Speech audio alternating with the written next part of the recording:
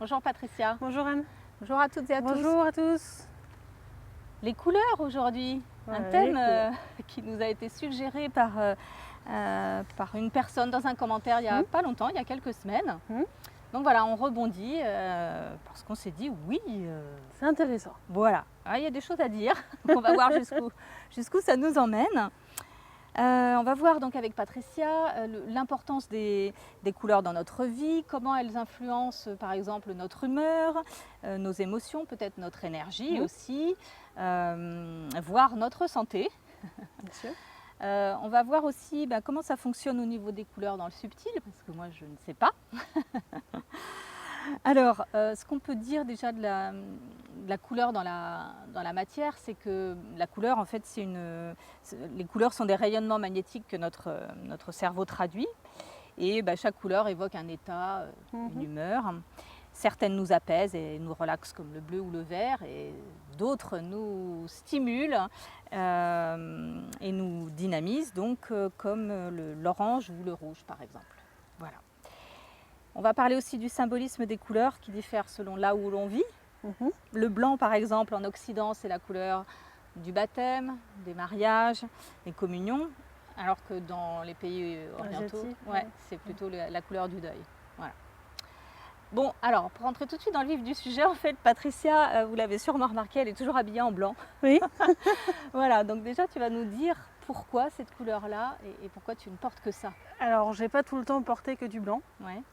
D'ailleurs, dans les premières vidéos sur la chaîne, vous me voyez des fois avec des vieux vêtements un peu colorés que j'arrivais à traiter énergétiquement au fur et à mesure pour les porter. Mais en fait, quand je porte d'autres couleurs, vraiment, je suis obligée d'avoir... Enfin, obligée. J'ai du blanc en haut et j'arrive à aller jusqu'à du crème dans le bas, beige clair. Parce que énergétiquement, en fait, ça me perturbe si je mets d'autres couleurs. C'est pas que c'est pas possible, mais c'est perturbant. Et le pire, c'est le noir. Ma famille sait très bien qu'aujourd'hui, si je vais à un enterrement, je leur dis je serai habillée en blanc. Hein, et je ne peux plus faire autrement. Vraiment, j'avais eu, quand mon grand-père était décédé, j'avais quand même essayé le jour même et vraiment c'était limite, dès que l'enterrement était fini, il fallait que je me change parce que c'est un côté très oppressant pour moi, en fin de compte, parce que ça me perturbe mes énergies. Mon corps énergétique étant assez ample, les énergies du cœur étant ici aussi, avoir une couleur perturbe les énergies qui sont dégagées par le corps en fait. Parce que c'est comme si je mettais un vêtement dans mon corps, tellement en fin de compte le vêtement est proche des énergies dans mon corps, dans sa globalité multidimensionnelle. Donc du coup, pour moi, c'est compliqué aujourd'hui de mettre d'autres couleurs, c'est quelque chose qui va être oppressant. Alors chez moi, dans mon habitat, j'ai pas mal de sécurité ou autre, j'utilise toujours mes vieux vêtements, etc. Je finis de les user. Mais dès que je suis à l'extérieur où j'ai besoin de plus de sécurité, plus de choses, d'être plus stable aussi d'une certaine manière, etc., c'est difficile pour moi de porter d'autres couleurs. Et je me souviens au moment où j'ai fait cette bascule-là, où je disais « Oh non, je vais quand même pas m'habiller en hôpital, s'il vous plaît, un peu de couleur !» Mais du coup, après je suis complètement à l'aise avec le blanc, etc. Mais j'essaie du coup de varier un peu les formes des vêtements ou des choses comme ça pour avoir un peu de diversité. Mais c'est vrai qu'il y en a qui vont dire t'es toujours habillé pareil parce que toujours tout blanc quoi. Donc même si les vêtements changent et ont des formes différentes, ça se voit pas forcément. Mais pour moi c'est une nécessité liée à l'ampleur de mon être tel qu'il est aujourd'hui. Ok. Alors, on ne voit pas peut-être beaucoup à l'écran, mais là, tu as des petits accessoires. Alors là, ils ne sont pas très colorés, mais parfois, tu as des boucles d'oreilles qui peuvent être colorées. Parce que ce n'est pas directement les vêtements. Et du coup, dans le subtil, ils ne se positionnent pas au même endroit. D'accord. Comme oui, je pourrais avoir un bandeau rouge, et c'est pas gênant. Par contre, tu ne me verras pas avoir un vêtement avec un genre de médaillon dessiné rouge dessus. Par contre, si c'est une chaînette avec, je sais pas moi, une petite pierre rouge, ça sera pas gênant. Mais c'est pas la même chose aussi parce que c'est un minéral. Ouais. Mais ça pourrait être un truc fait en une petite tresse ou je ne sais quoi, du macramé rouge, que ça serait pas gênant parce que dans le subtil, les différents... comment je vais appeler ça, les différents... Ah, j'ai pas le mot français. Shokatai, les différents objets qui sont là pour compléter un petit peu, donc boucle d'oreille, collier, bracelet, tout ça. Les petites pochettes si on a un sac, etc. C'est positionné à un autre endroit dans le subtil et du coup c'est moins gênant. C'est plus la position des vêtements où ils se trouvent dans le subtil par rapport à notre corps multidimensionnel et des énergies qu'on dégage. Ok, alors ça y est, je ne te vois plus, j'ai le soleil dans les, Dans les yeux. Alors là, on a parlé de tes vêtements, mais tu disais que chez toi, tu as des Bah, couleurs. j'ai des anciens vêtements où il peut y avoir des dessins sur quelque chose de blanc. En fait, ça s'est fait petit à petit. Au tout début des vidéos, par exemple, on me voit avec un t-shirt avec des plumes devant. J'ai une amie qui m'en a parlé il n'y a pas longtemps parce qu'elle a regardé les anciennes vidéos. Et en fait, il y avait un côté chaman qui était présent sur ce t-shirt-là avec les plumes. Elles étaient roses, un peu dans ces tons-là. Du coup, ça allait aussi un petit peu avec les énergies amour. Donc, elles auraient été noires, ça n'aurait pas été possible. Mais la couleur qu'elles avaient, avec l'emplacement où elles avaient et ce que ça pouvait connoter d'un point de vue énergétique, faisait que je pouvais le mettre. Oui. C'est tout un ensemble de choses. Bien sûr. Mais au-delà de tes vêtements, chez toi, il y a des objets colorés, du mobilier coloré? Oui. Oui, d'accord. Oui. Okay. Mais le mobilier ou les objets, c'est pas problématique, c'est pas directement dans mon être. C'est dans mon habitat. D'accord. C'est proche quand même. Ah, c'est pas du tout la même chose. D'accord, ok. Non, j'essaie de comprendre. Évidemment, ça me fait réfléchir sur moi, comment je m'habille. Moi, je n'ai pas le ressenti encore d'être monochrome. Tant mieux. Personnellement, j'aimerais bien pouvoir porter un peu plus de couleurs, mais c'est trop oppressant pour moi. Je sais pas comment te dire. J'ai une énergie qui se dégage comme ça au niveau du cœur, même plusieurs, etc. C'est comme si elles sont obligées de faire ça, qu'elles ne peuvent pas prendre le chemin direct, et ça me génère une perturbation que je ressens. Ouais, ok. Et c'est pour ça que je suis en blanc. D'une certaine manière, au tout début, j'avais cette sensation de me dire je suis tout monochrome, j'ai pas envie d'être habillée en hôpital, etc. Et tout. Mais en fait, ça me correspond tellement avec l'énergie que je dégage aujourd'hui que ça s'est quand même passé de manière assez naturelle. D'accord. Ben voilà pour les explications. Si vous vous posiez la question, voilà, vous savez maintenant. Je voudrais qu'on parle de faire des soins avec les couleurs aussi. Alors, oui. Ça s'appelle maintenant la chromatothérapie. Ouais. Anciennement, ça s'appelait chromothérapie. Je vais y arriver. Donc en fait, c'est une thérapie lumineuse qui utilise, qu'on projette. C'est des lumières colorées qu'on projette sur le corps. À ton avis, qu'est-ce que ça produit? Est-ce que c'est Ça dépend des personnes. Je sais que j'ai une amie. Sa fille a réagissé qu'à ce type de soins, donc elle avait des genres de papier coloré auquel elle mettait une lumière de l'autre côté et que ça projetait. C'est sa fille qui disait j'ai besoin de cette couleur à cet endroit-là. Waouh. Okay. Elle a une grande sensibilité. Ah ouais. Et du coup, c'était les seuls soins qui fonctionnaient sur sa fille à un certain âge, etc. Ça peut avoir une importance parce que, comme tu l'as dit, chaque couleur a sa vibration. Et donc, du coup, tout est en vibration. Même un soin énergétique, c'est toute énergie a sa propre vibration. Et c'est juste apporter une vibration particulière. Donc, il faut vraiment voir la couleur comme une vibration à part entière, comme une énergie à part entière. Oui, ça me fait penser d'ailleurs ce qu'on appelle les bains de forêt, là, quand on se retrouve dans un environnement très verdoyant. Je pense que la couleur joue beaucoup aussi dans ce... Oui. Ouais, c'est un côté très apaisant. Et alors, du coup, dans les bains de forêt, il n'y a pas que la couleur, il y a aussi du coup, l'énergie qui va dégager les arbres, etc. Si on y va avec une bonne intention. Vraiment, il va y avoir un côté où toute la nature, tous les êtres de la nature, de la forêt, etc., vont aller dans le sens aussi de vous apporter un bien-être. Après, il faut y aller avec une bonne intention.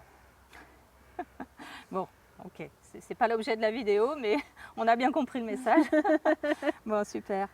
Alors, on va parler maintenant plus des couleurs au niveau spirituel et énergétique. On va voir ce que tu en penses au niveau de l'utilisation et du pouvoir des couleurs. Alors souvent, le violet par exemple, le violet est souvent associé à la spiritualité et il correspond au chakra couronne. Et d'ailleurs, il y a une couleur associée à chaque chakra. J'étais en train de me Allez. dire, ça me fait penser à la vidéo sur les chakras. Allez. Ou du coup, après coup, quand j'ai fait le dessin, Ouais. tu sais, j'avais fait un petit dessin incrusté sur Ouais. le côté et j'avais placé les couleurs par l'intuition. D'accord. Et pour moi, c'est ce qui correspondait donc du coup le plus au chakra. Bon, sachant que moi, je trouve personnellement, j'ai un chakra en plus. Moi, j'en trouve 8 chakras principaux et pas 7. Donc déjà, on voit que j'ai pas forcément les mêmes types d'informations que ce qui est communiqué autrement. Et en fait, après, j'avais regardé les dessins de chakras qui se faisaient sur Google, etc. Et j'avais remarqué que les couleurs n'étaient pas les mêmes. Ah oui.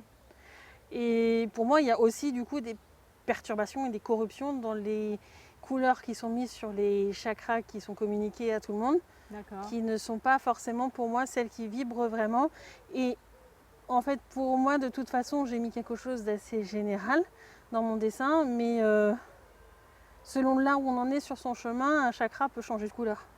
Ah oui. D'accord. Donc tu parles de couleur violette, chakra couronne. Pour moi, c'est pas forcément le cas, même pas du tout d'ailleurs, mais bon, voilà. Donc, si vous voulez savoir vos chakras à quelle couleur ils vibrent, prenez, je sais pas, une palette de couleurs, prenez un pendule. Bon, mon chakra couronne, c'est quelle couleur? Et puis vous trouvez vous-même votre couleur. Ou si vous avez des capacités clairvoyantes, demandez à voir la couleur de vos chakras. Mais c'est pas forcément celles qui sont indiquées sur Google et c'est pas forcément celles de votre voisin parce que ça dépend de là où vous en êtes dans vos apprentissages. Si vous êtes plus spirituel que je sais pas, boulanger ou menuisier, et ben vous aurez peut-être pas la même couleur du chakra couronne que le boulanger ou que le menuisier. Parce que vous n'aurez pas les mêmes apprentissages dans le même ordre, aux mêmes quantités, au même niveau plutôt. Ok, donc le violet n'est pas forcément une couleur spirituelle plus qu'une autre. Est-ce qu'il y a une couleur plus spirituelle qu'une autre? La plus spirituelle, je dirais que c'est le blanc parce que c'est celle qui mélange toutes les couleurs de manière équilibrée. Ouais. Et le doré, parce que le doré, on le voit quand même souvent. Ouais, aussi alors le doré, c'est plus un côté. Comment je vais traduire ça en français? Je dirais peut-être plutôt éveillé. Je n'aime pas trop ce terme, mais c'est le terme le plus proche que je trouve en français. Si je veux le dire vraiment précisément, je vais le dire en langage sacré. Alors, comme d'habitude, quand je parle en langage sacré, c'est vérifié par la justice licite et du coup, il n'y a pas de manipulation ou quoi que ce soit. Mais vous pouvez demander toujours à ce que ce soit exemple de corruption de votre côté et en accord avec les lois licites. Pour votre aide, du coup, si je veux expliquer le côté doré, c'est Hoshokamaka, Tao Takai. C'est plus précis que le côté éveillé qui est un terme qui n'est pas forcément plus évident à décrire et qui est différent selon chaque personne. Et donc le doré est une couleur aussi importante, que je peux utiliser assez régulièrement, moi, dans des choses qui sont assez hauts vibratoirement parlant.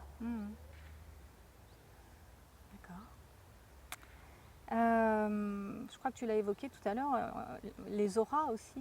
Non, j'ai pas évoqué l'aura. Enfin, j'ai évoqué mon corps. Oui, mais voilà, certaines personnes perçoivent les auras et peuvent voir les couleurs des auras. Alors, qu'est-ce que tu peux nous en dire de ça? Alors ça, selon le clairvoyant, pour une même personne, ils ne verront pas les mêmes couleurs. Ah oui, d'accord. Ok. Ça dépend des capacités de la personne et ce qu'ils voient dans la couleur de l'aura, parce que selon le plan qu'elle on va voir, c'est toujours un peu ce que je dis, c'est que tout est multidimensionnel. Sur un plan, on peut peut-être devoir voir du bleu et sur un autre plan, on va voir du rose. C'est juste que la personne ne va pas voir les informations sur le même plan, donc ne va pas forcément avoir la même information et donc la même couleur. Voilà.